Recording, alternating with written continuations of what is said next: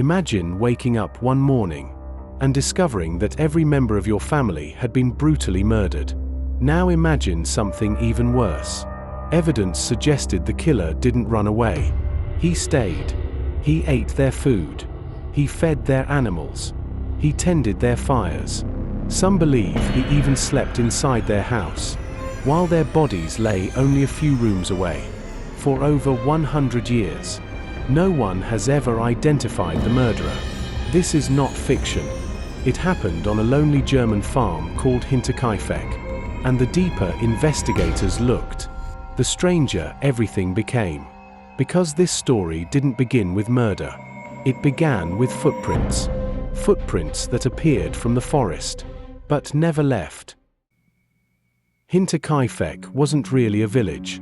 It was little more than a lonely farm located between the small Bavarian towns of Groben and Kaifeck, far enough from neighbors that screams could easily disappear into the woods. The farm belonged to 63-year-old Andreas Gruber. Gruber had a reputation, and it wasn't a good one. Neighbors described him as harsh, controlling, quick to anger. Years earlier, he had even served time in prison for an incestuous relationship with his widowed daughter, Victoria Gabriel. The scandal stained the family forever. Living on the farm were Andreas, his wife Kazilia, Victoria's young daughter Kazilia, little Joseph, and the family's new maid, Maria Baumgartner. 6 people, completely isolated. No telephone, no electricity, only endless fields and dark forests. If danger came, help was hours away, and danger had already arrived. Weeks before the murders, Andreas noticed something unusual.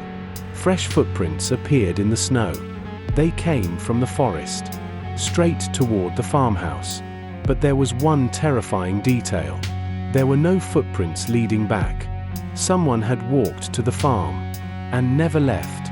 Soon afterward, Andreas found a newspaper that nobody in the family recognized. Then, his house keys disappeared. Later, members of the family heard footsteps coming from the attic. When Andreas investigated, he found nothing, or at least, nothing he admitted to finding. The previous maid quit suddenly. She claimed the farmhouse was haunted. She heard voices, footsteps, whispers above her bedroom at night. No amount of money could convince her to stay. A replacement was hired, Maria Baumgartner. She arrived on March 31st, 1922. It was her first day. She never saw another sunrise. But here's the question that has haunted investigators ever since. What if the maid wasn't hearing ghosts? What if someone was already living inside the attic, waiting, watching, learning every routine? Nobody knows exactly what happened that night. Investigators pieced together the final hours from the crime scene, one by one. For members of the family were somehow lured into the barn, not all at once. Separately, as if someone knew exactly how to draw each person outside. Inside the barn, they were attacked. The weapon appeared to be a mattock, a farming tool combining an axe and pick. The blows were devastating, yet the killings didn't end there. The murderer entered the farmhouse. He found little Joseph sleeping, then the new maid, Maria, still in her room. By morning, everyone was dead. 6 victims, no witnesses, no survivors, only unbearable silence. Yet what investigators found next would transform this tragedy into one of history's greatest mysteries. Because the killer didn't leave. Days passed. Neighbors noticed something strange. Smoke continued rising from the chimney. The cattle had been fed.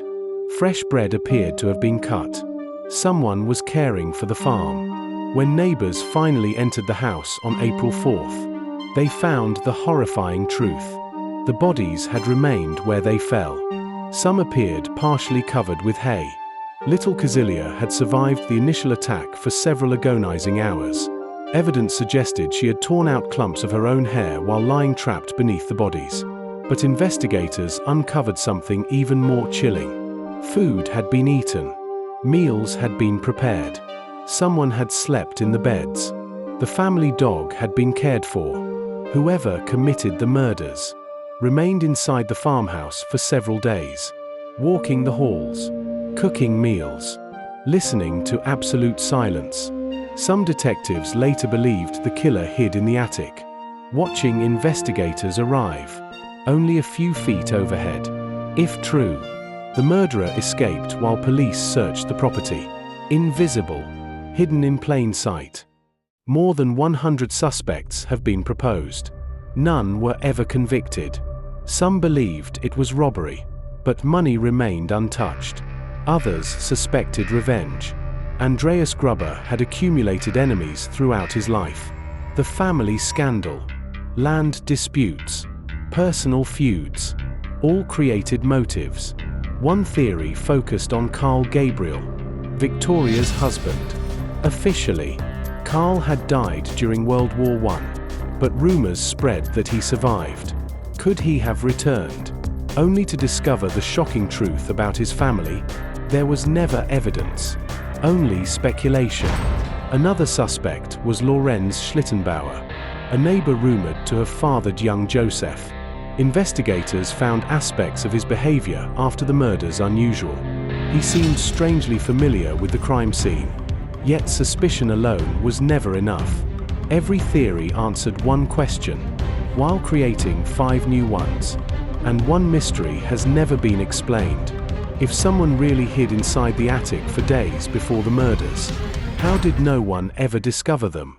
The original farmhouse no longer exists. It was demolished less than a year after the murders. Some believed it was cursed. Others simply wanted to erase painful memories. Today, only an empty field remains. No attic, no barn, no chimney. Yet the mystery refuses to disappear. Modern forensic experts have revisited the evidence. Cold case investigators have proposed new suspects. Books have been written. Documentaries have been filmed.